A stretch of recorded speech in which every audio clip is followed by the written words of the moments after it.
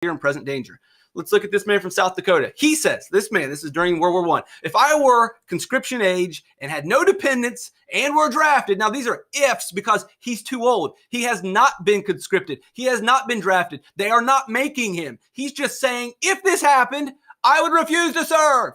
They could shoot me, but they could not make me fight. He's just saying if. Okay, this is not a situation that's happening.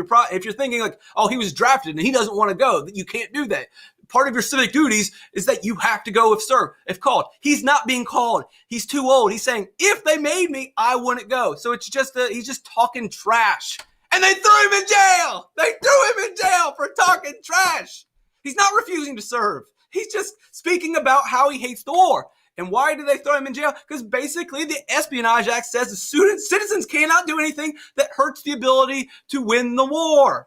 That's a substantive evil. That's creating a clear and present danger. Your speech, according to the government, is creating a substantive evil. It's creating a clear and present danger. This old man talking trash and disparaging our country, that's too far. We can't have it. And if this guy in South Dakota talks a bunch of trash, we might lose the war. Seems like an exaggeration, but he spent a year in jail for saying that because of the Espionage Act. Like, but you got freedom of speech. We already said the Supreme Court in Shank versus the United States rules that these are not absolute. Can't scream fire. Clear and present danger, substantive evil. Too bad, so sad. Oh, man. So you're probably thinking, man, I need to start choosing my words wisely. I'm thinking that myself as I record these videos. Emma Goldman will go a step further. She's not just passing out pamphlets. She creates a group, an organization called the No Conscription League. Basically, an anti-draft, don't join the Army League. Well, they pull the Espionage Act out of her, throw her in jail for 2 years, and then they go a step further. They kick her out of the country.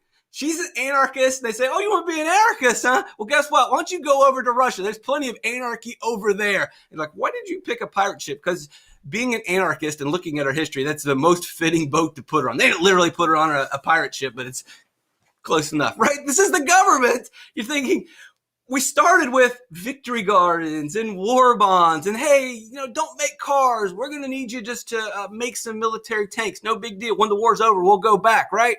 Now it's, oh, did you say something bad about the government? You're going to jail. Or someone down the street heard you say something bad about the government and they snitch on you, you go to jail.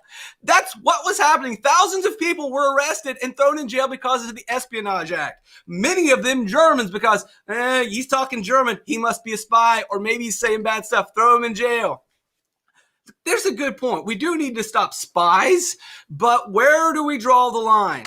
And we still have this today. We've got Bradley Manning and Edward Snowden who, they illegally released information, but they were telling the public about the illegal things the government was doing. But by releasing this information, which was talking about the bad things the government was doing, they were creating a clear and present danger. So they are, even though, and so I probably should let you know that Bradley Manning is Chelsea Manning now. And I want to make sure I clear that up because I guess technically I just dead named her and I don't want to get this video pulled from YouTube. So Chelsea Manning and Edward Snowden are, well, she has been released and forgiven for her crimes. He is still the most wanted man and he's forced to live over